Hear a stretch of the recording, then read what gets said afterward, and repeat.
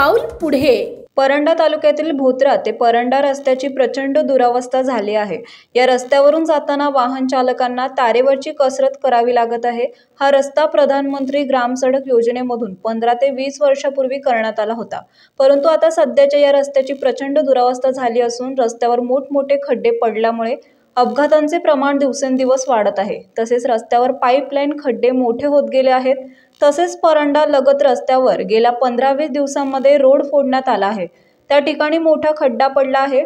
परंडा भोत्रा रोडची अतिशय बिकट अवस्था झाली आहे। तरी हा रस्ता संबंधित विभागाने लवकरात लवकर नवीन डांबरीकरण रस्ता करावा अशी मागणी वाहनधारक आणि प्रवाशांमधून होत आहे। भोत्रा हे गाव सीना नदी काठावर वसलेले असल्यामुळे भोत्रा परंडा हा एकमेव रस्ता आहे। या रस्त्यावर नेहमीच वाहनाची वर्दळ असते, परंतु रस्त्यामध्ये मोठमोठे खड्डे पडल्यामुळे अपघातांचे प्रमाण वाढले आहे। हा रस्ता लवकरात लवकर दुरुस्त करावा अशी मागणी भोत्रा ग्रामस्थांकडून प्रशासनाला केली आहे। तसेच या रस्त्यावरून प्रवास करताना नागरिकांना कसरत करावी लागत आहे। या रस्त्यावरून गाडी घसरल्याने अपघात सुद्धा होण्याची शक्यता आहे।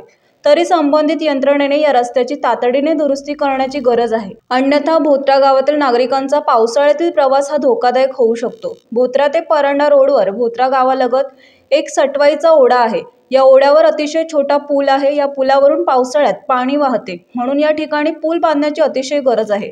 हा ओढा ओलांडताना प्रवाशांना आणि वाहनधारकांना जीव मुठीत धरून ओढा ओलांडावा लागत आहे आणि शेतकऱ्यांना या ओढ्यामुळे वाहतूक करणाऱ्या वाहनधारकांना अतिरिक्त भाडे मोजावे लागत आहे। तरी प्रशासनाने वेळीच उपाययोजना करणे गरजेचे आहे। गेल्या काही 5-6 महिन्यापूर्वी 900 मीटर डांबरी रस्ता करण्यात आला आहे। या रस्त्याची रुंदी कमी असल्यासारखे भासत आहे।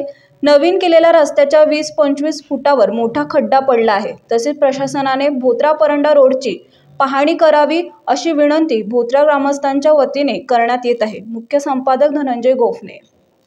आपल्या परिसरातील बातम्या पाहण्यासाठी चॅनलला सबस्क्राइब करा, व्हिडिओला लाईक करा आणि बेल आयकॉन दाबायला विसरू नका।